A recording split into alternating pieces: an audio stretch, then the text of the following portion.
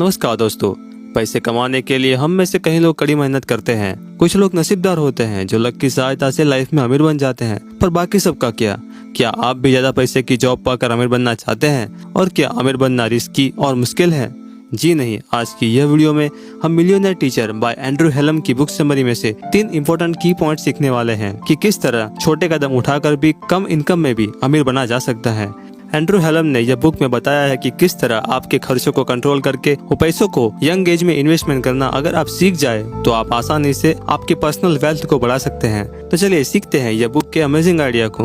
और हाँ, एक बहुत ही खास अनाउंसमेंट आपके लिए है दोस्तों। हमने एक नई चैनल डिजायर हिंदी फैक्ट्स को शुरू किया है। अगर आप अजब गजब के नए नए फैक्ट्स और इंटरेस्टिंग रहस्यमय जानकारियों को जानने के लिए उत्सुक हैं, तो आप हमारी नई चैनल डिजायर हिंदी फैक्ट्स को अभी सब्सक्राइब कर ले। चैनल की लिंक डिस्क्रिप्शन में दी गई है। दोस्तों, मैं आशा करता हूँ कि आपका सपोर्ट या नई चैनल पर भी हमें जरूर मिलेगा। तो चलिए शुरू करते हैं। फर्स्ट की पॉइंट, आपके खर्चों को कम करें अगर आप अमीर बनना चाहते हैं। आप जिस अमीर लोगों को जानते हैं, सोचे कि वो कौन सा काम करते हैं जो उन्हें अमीर बनाते हैं। शायद आप कहेंगे कि वो या तो डॉक्टर्स, वकील या तो बिजनेसमैन हैं, ना कि हमारे जैसे आम नौकरी करने वाले लोग। अगर ये आपके विचार हैं तो आपके ये विचार को बदलने का समय आ गया है। अमीर होने का मतलब सिर्फ यह नहीं है कि आप कितना कमाते हो, पर वो इस बात पर निर्भर करता है कि आप कितने पैसे खर्च करते हैं और कितने पैसों को सेव करते हैं।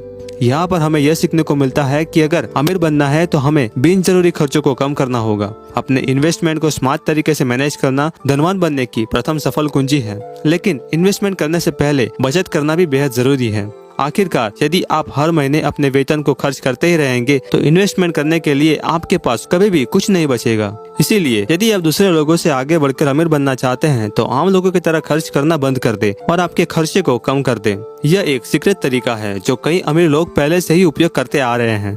क्या आपको मेरी यह बात पर विश्वास नहीं हो रहा है? तो फिर उस कार की तस्वीर को विजुअलाइज करें जो औसतन करोड़पति लोग ड्राइव करते हैं। क्या वो एक BMW या फेरारी कार है? यदि आपका अनुमान यह है तो यकीन माने कि आप सही तथ्यों से कहीं मील दूर हैं। औसतन करोड़पति लोग एक सिंपल सी कार ही चलाते हैं। तो आप कहेंगे कि उनके घरों का क्या? यदि वे कारों पर अपना पैसे नहीं उड़ा रहे हैं तो निश्चित रूप से वो अपने घरों पर तो पैसे लगा ही रहे होंगे। जी नहीं दोस्तों, फिर से आपको विचार करने की जरूरत है। अमेरिका के वेल्थ रिसर्चर थॉमस स्टैनली के मुताबिक अधिकांश $1 मिलियन हाउस करोड़पतियों के तो है ही नहीं। उसके बजाय वे घर आमतौर पर जो करोड़पति नहीं है और नॉर्मल इनकम पे घर चलाते हैं उनके होते हैं। वास्तव में केवल 10% करोड़पतियों के पास ही $1 मिलियन से अधिकांश कीमत के घर हैं। सीधे शब्दों में कहें तो अमीर लोग आमतौर पर मितव्ययी यानी कि सोच समझ कर खर्च करने वाले लोग होते हैं और उनकी जीवन शैली अक्सर उन अमीरों की तरह कुछ नहीं होती जिन्हें हम अमीरी के साथ जोड़ते हैं, क्योंकि वे बहुत कम खर्च करते हैं। इसीलिए वे बहुत अधिक ज्यादा इन्वेस्टमेंट कर पाते हैं। यही आपके धन को बढ़ाने का वास्तविक सीक्रेट है। यह जानने के बाद आपको भी लगेगा कि चलो हम भी बचत करना शुरू करते हैं। और पैसे बचाने के लिए अब आपने अपने खर्चों में कटौती करना भी शुरू कर दी। आपने हर रात बाहर खाना बंद कर दिया और अब महंगे वीकेंड ब्रेक पे भी नहीं जाते हैं। अब आपका बैंक बैलेंस भी बढ़ना शुरू हो गया। लेकिन अब आपको आगे क्या करना चाहिए? पैसे आपके खाते में जमा होने दे और सिर्फ आशा रखकर बैठ जाए कि आपकी बचत पर जो ब्याज आपको मिलेगा उससे आप अमीर बनोगे? बिल्कुल भी नहीं। कम खर्च करना केवल अमीर बनने का पहला कदम है।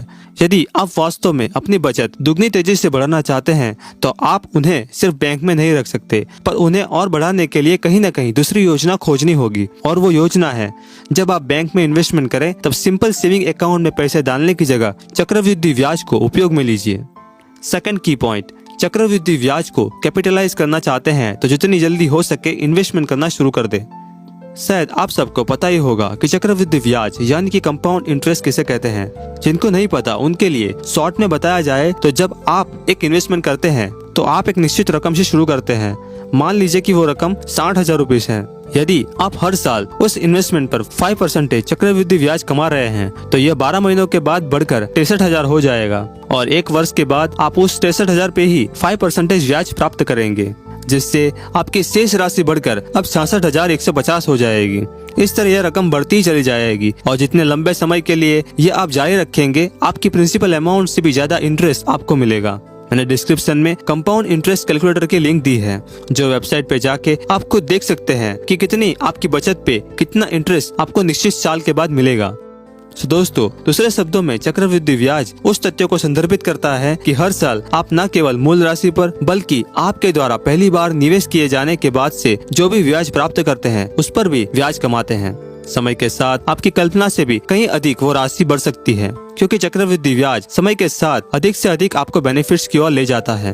सबसे अच्छी रणनीति यही है कि जल्द से जल्द निवेश करना शुरू किया जाए। एग्जाम्पल, अगर आपके पड़ोसी 10,000 रुपीज का इन्वेस्टमेंट कर रहे हैं तो उनसे आधा 5,000 रुपीज का इन्वेस्टमेंट तो आप कर ही सकते हैं। और वैसे भी यदि आप जल्दी निवेश करना शुरू करते हैं तो फिर आपको ही बेनिफिट्स हैं। अरबपति वॉरेन बफेट, जिन्होंने अपना पहला निवेश तब किया था जब वह केवल 11 साल के थे, वो मजाक में कहते थे कि उन्होंने फिर भी बहुत देर से शुरुआत की थी। सो आपके लिए भी अभी समय पूरा नहीं हुआ है। आप चाहो तो आज से इन्वेस्टमेंट करना शुरू कर सकते हैं। की पॉइंट्स नंबर 3, शेयर बाजार में इन्वेस्टमेंट करने से पहले समय देखकर अपनी रणनीति बनाइए। जेरेमी सीगल पेंसिल्वेनिया के स्थित विश्वविद्यालय के व्हाइटन स्कूल के फाइनेंस के प्रोफेसर थे। उन्होंने एक दिन खुद को एक दिलचस्प काम दिया।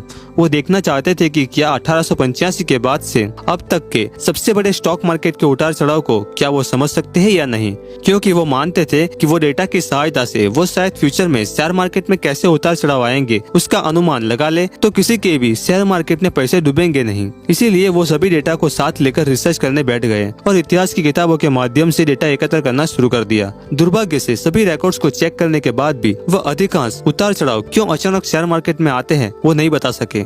कई कोशिश के बाद भी वो नहीं जान सके कि बाजार में कुछ दिनों के लिए वृद्धि होने के बाद और दूसरे ही दिन पर क्यों गिरावट आ जाती है।